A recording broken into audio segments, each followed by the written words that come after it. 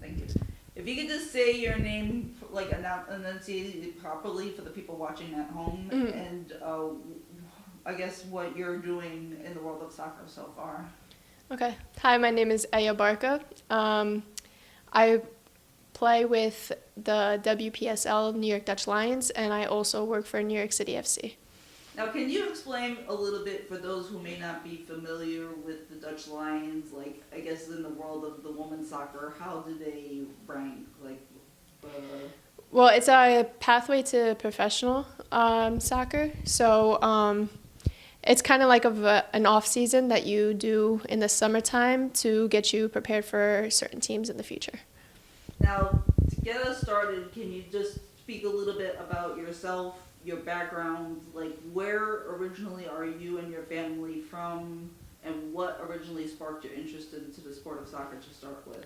So I was born in New York, but my parents are originally from Tunisia. So in Tunisia, soccer is very known. A lot of players, a lot of people like to play that sport. It's one of like the main sports over there. And so basically my love for it kind of grew over there and as well as here.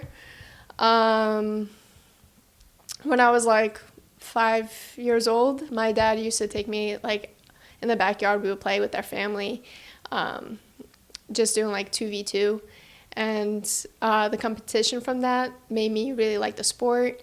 And I would basically, whatever team he put me in, whether it was with my brother or my dad, we would win. So I really liked winning, and I just love the sport from there. And then watching World Cup, it's really huge in Tunisia.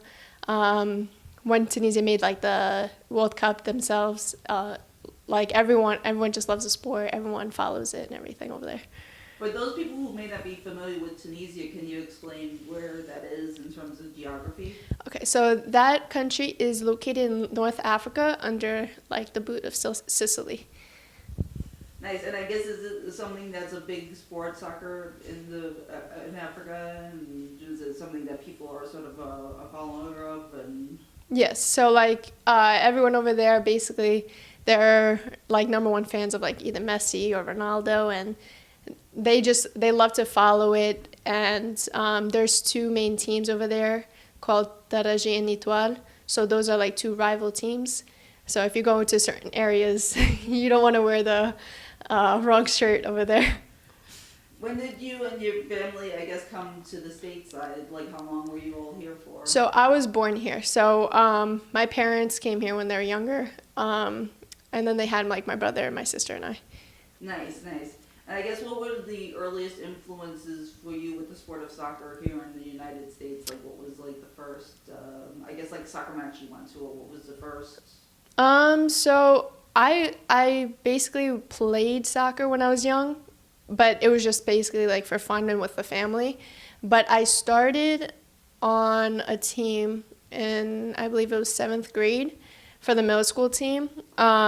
They liked me, they liked how fast I was and everything, so I would play like a midfield role from that age. And so from there, like before that I already loved it, but from there I just ended up becoming more competitive, and basically because there's more teammates rather than just me and my family. So from there I just continue with the sport with the school team. Then how did you hear about the Dutch Lions, and then how do you hear about an opportunity like New York City FC? Okay. To share a little about that. So I basically played a little bit with the college teams as well. After high school, I went to Suffolk Community College, played a little bit with them, and then when I did my bachelor's degree, I played with St. Joseph's. Now it's known university, but it was college before. So when I played with them, I played with them 2 years, and then right when I graduated, I got an Instagram request from New York Dutch Lions FC, and I noticed that they followed some of my other teammates at St. Joseph's. So basically, I just accepted the follow request, and then they reached out to me and asked if I would like to join their team and if I was interested. Of course, I said yes, and that's how I got to know New York Dutch Lions. with New York City FC, when I graduated, basically, I just wanted to choose a career choice. So how I got to know of sports marketing and just like the sports industry and like the work field, I had a class that I had to do a mock job interview for. So when I went to research, I saw something with City Football Group. And then from there, I kept researching, and I saw some openings in New York City FC. And then that's how I landed the job. Did both of the opportunities come to you about the same time, or did one come before the other? Or I guess how did the... New York Dutch Lions FC came before New York City FC. Nice. But, yeah, I believe I started with New York City FC a little bit later. Nice. Can you share some of your experiences with the Dutch Lions so far? How is the style of play different when you're with them versus some of the other levels that you've been at so far? Is it faster? Is it more physical? Is there more strategy? Like, how would you find it to be different? So, yeah, I did notice more tactics because before playing with college soccer, I played just for like the regular school team. There was not really much tactics. It was kind of like you put your best players and you just enjoy the game. So with this team, I really noticed like the coach himself, he really strived to get the best out of his players, and he would devote time for us and like little practices for individual work as well. So I did notice that was different too. The coaching was a little bit more helpful, and like it was a little bit more strict in the sense like you want to play, you got to put the effort in. Playing style, this was like one of the first teams I played where we had to play a little bit more with possession. So for me, I'm not really used to that. Like growing up, if I get the ball, I'm pushing forward. Like, and that's basically it. With him, he wants everyone calm. That's like the Dutch way. They want everything calm, cool, collected, pass around the sides, pass around like the back line. And then when you're ready, you attack as a unit. So that was a little bit new for me, but I think I adjusted because I understood my space, and I think it was cool because it got me to think of soccer in a different light. Mm-hmm. Now you're thinking, I guess, more of like a strategic type of a thing versus like playing for fun. Yes, because also like with the other teams, like I said, when I get the ball, I just try to push forward. So like in a way too, like to strategize, it gets your players less tired, because if everyone just has that same mentality where whoever gets the ball moves forward, might get a little messy when other players are tired and they don't want to really move up. So building as a unit helps everyone get prepared as long as there's good communication in that too. How many years have you been with them so far, and what have you noticed from your game that has progressed from when you first started there to this point in time right now? So I played with them this year and last year. So my first year, I kind of didn't really understand my position too well. It's either right or left defense. Basically, like I would just get placed in. I understood what I was doing, but at the same time, I didn't really know his concept in moving the team to where he wanted it to be this year. So the team itself developed this year in the sense that we got new players. We also got a player who is from Malaysia, and she's very well known in Malaysia. She's great at her feet. She has the hunger for the ball and everything. So it's way different this year in the sense that we have new players and people are becoming more aware of the team itself. And so we're getting some really cool quality players.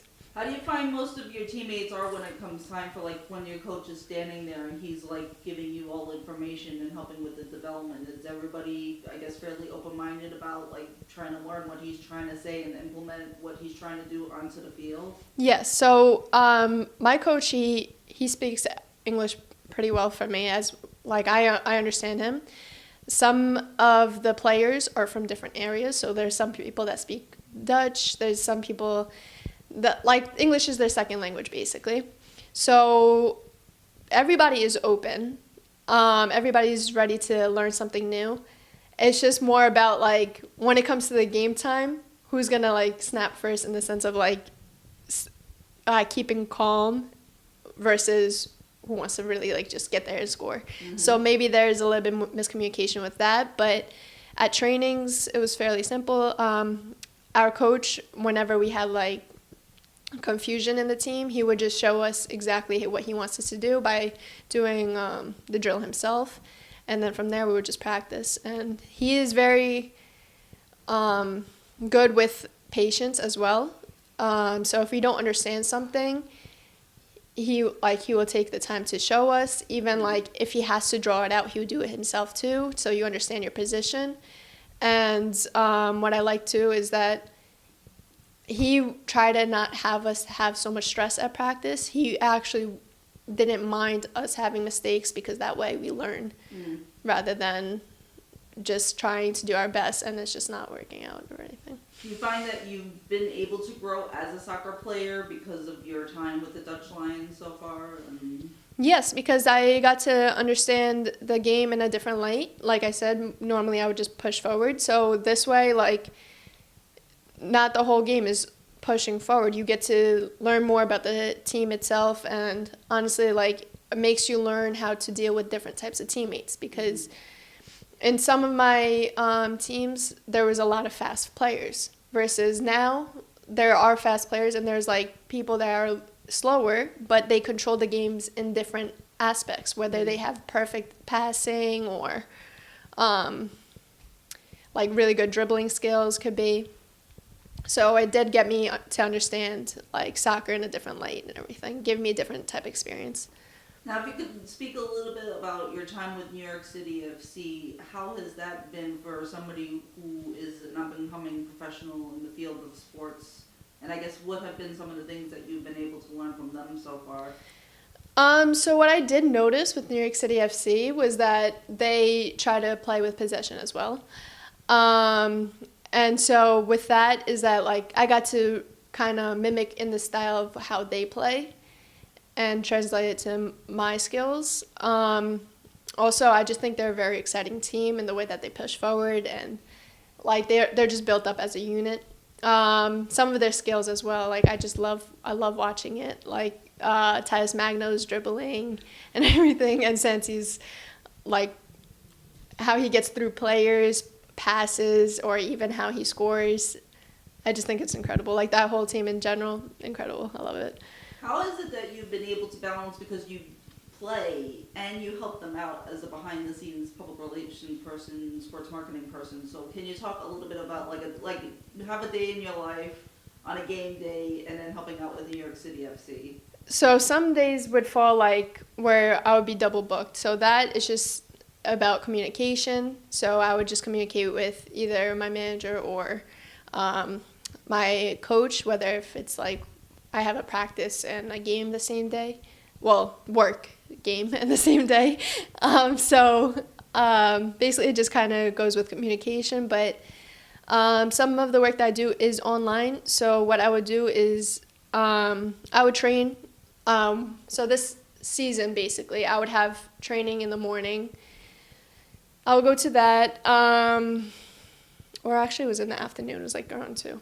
But I would get myself ready, get breakfast and everything, and then I would work online a little bit, try to get some things done, do training, relax, get food, and then I would work around like the evening time again.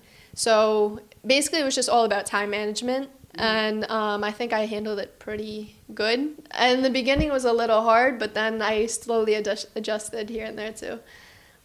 How about most of your, like, have you ever told your coworkers at New York City FC that you also play? What was like the reaction from them one? Yeah, I did tell some of my coworkers too, because they asked me, they're like, "Oh, do you play soccer?" And I was like, "Yes, I play with Women's Premier Soccer League." And they're like, "Wait, what? Really?" Like, and then I even have a coworker that she just calls me a soccer star and everything. I'm like, "Thank you." I don't know if I'm the star yet, but hopefully in the future, if anything. But yes, everybody at New York City FC that I've met while working there has been really supportive, and they are all enthusiastic about soccer. So once you bring up the topic, everybody wants to talk about it. They like to play pickup games themselves and everything like that. So I really like the fact that I am able to work in an environment that they really value the sport, even though it is a soccer team. But like you could tell the people that work there love the sport, and I'm lucky to have enough time to continue playing it and everything. When it comes time for getting back to the Dutch Lions, where are the majority of your, I guess, like training and slash games? Like, do they have like the facilities all together, or do they train and play separately, or I guess how would that work? So playing with them, we played at the LIU campus the first 2 years. I don't know what we're doing this year coming up. But we would train at like college campuses, so we could have players who are from overseas have a place to live as well. And then so like the training facility would be like the campus's training area. And then the games, I know there's some in Long Island, some in Brooklyn. It's mostly like in the city. Like there's only maybe 1 or 2 teams from the top of my head that's in New Jersey. I'm not too sure on that, but I know there's a couple in New Jersey as well. Nice.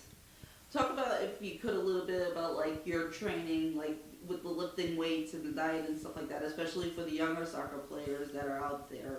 Do you do anything special when it comes time for lifting weights and eating that helps you to maintain, I guess, your endurance and your strength during the course of a soccer year? So what I do is before I join the team, like I would focus more on gym workouts, lifting weights and everything. But when I am in season, I try to work on more of my skills and cardio. So for cardio, since the weather is beautiful during the season that we play in, basically what we just do is just like we either take the bikes or we would just run, play more soccer, anything. Also, we do cardio at training. This season, I didn't really hit the gym as much during the season because with like work and everything, my spare time was basically just kind of playing outside and like staying in shape that way. Since also like the girls, some of them, it's their first time being in New York City, so we would just take each other out, do something active, and get them to know the area as well. Eating wise, I do try to eat food that make me feel good. So basically, when I wake up, my breakfast was actually inspired from my roommate. She is from the Netherlands, and she basically had yogurt with fruit and granola. And in the beginning, I was like, this is what you're eating for breakfast? Like, I don't know. For me, I'm not used to it. But then she got me onto it, and I love it. And that would be a healthy snack. It has some sugar in it, too. And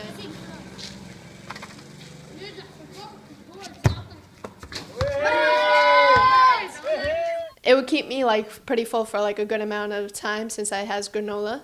So I did like that as a breakfast food. I also had stuff that had protein in it. So if I do get a bagel, I'll put egg in it or something.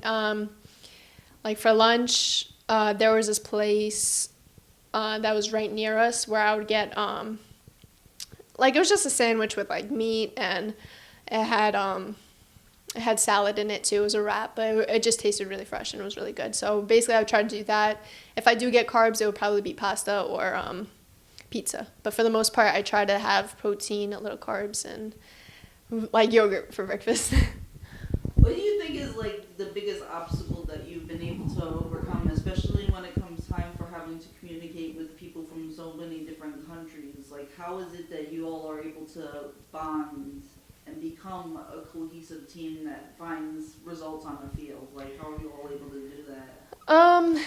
Well, for the most part, everybody that played soccer here, they did play like either with the college team or a travel team. So they are used to people that are international. So for them, they were super welcoming, even to me as well. Because for me, I was feeling like a bit unsure on whether, like for the first year, I was kind of like unsure if it was like a right spot for me or not, because I was not used to playing for an outside team like this. But with the internationals, at least for me, I do speak some languages, so I was able to communicate with certain people. Mm-hmm. But also, it's just basically through the experiences that we have. Like, everyone just comes in with a smile, and we would make a joke, and whether they pretty much understand with like context. So most of them had pretty good English, was able to express themselves. Sometimes there would be a little bit miscommunication. Like for me and this girl, my roommate, we would have some miscommunications, but we just laugh it off every single time. So there's so many videos of us where we're just like looking at each other confused, and we're just always laughing. But yeah, I think basically what helps is having a good sense of humor and being open and patient, of course, because whether they might not know like English, we don't know their language too. So you have to be patient. So you guys could basically bond together and stay in good communication levels. You think that could be something that could sort of kind of, I guess, help strengthen the bonds that you guys have? Is okay, well, we may not be from the same place, but we have a common love of soccer. And Yes. This is how we bond, is because we have this shared passion. And Exactly. So like basically the best thing is because by having that bond of soccer, everybody likes each other in the sense that like you could just settle in on the soccer field, basically get to learn about their skills, because different places play different types of soccer as well. So like I said, like Netherlands, they try to be more calm on the ball, and then like more about possession, and then they attack altogether. So what I learned compared to what some of my other teammates learned, it's a little bit different in that sense. Yeah, basically that's the gist of it. Like basically through soccer we get to get closer, and also with the different mixture of cultures, since people are so open-minded and kind of used to it already since we're in New York, it just kind of make it easier, and everybody's kind of opening and accepting to those cultures, and we like to learn from it too. Like there was even like for me, I like to learn their words that they say in their language and their customs, like what's a culture shock that might be for me if I went over there, and then vice versa. So we have like really good experiences like that, and it brings us together because we get to learn more about each other, and it's just something cool. I just really love it.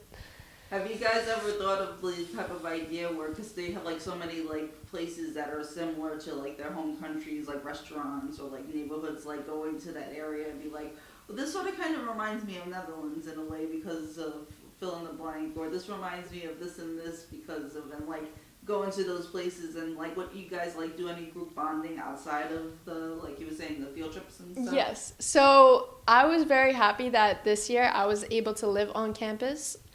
Last year we didn't really have much internationals, but when we did, like I tried taking them to the city as well. But yeah, I remember like one of my teammates, every time when we go into the city, like basically she's like, oh, like this is similar, this is not, this is like basically Manhattan itself. There's various areas that depict different places of the world too that might be similar in architecture and stuff. What I did notice was that for the girl that is Malaysian, we went to, I think it was like Greenwich Village, and they had a restaurant that was Malaysian food. So we went over there to try it out. She was like, this is super close to how it tastes like in Malaysia. And like she was so happy because that was like a little piece of home for her. So like she got to have food that she's actually used to. When she came here, she had big luggages, and most of it was food. Like she had like a lot of packaged food so she could make it. She didn't know what she was going to do for food, but when I was with her, I showed her certain areas and stuff, and she loved every single thing I showed her too. And she showed me her food, and oh my gosh, it's amazing. The flavor there is really good. Between the most recent FIFA Women's World Cup and being around MLS, have you been introduced to some newer soccer players that you could influence your style in? And who are some of the people, aside from, you said Talas Mango, that you could look up to when it comes time for being somebody in sports? So for Women's World Cup, I like Alex Morgan. I remember even when I was playing with certain guys, when like we would play like a little pickup game or something, they would say like how I shot like Alex Morgan or something. So I like her style of play.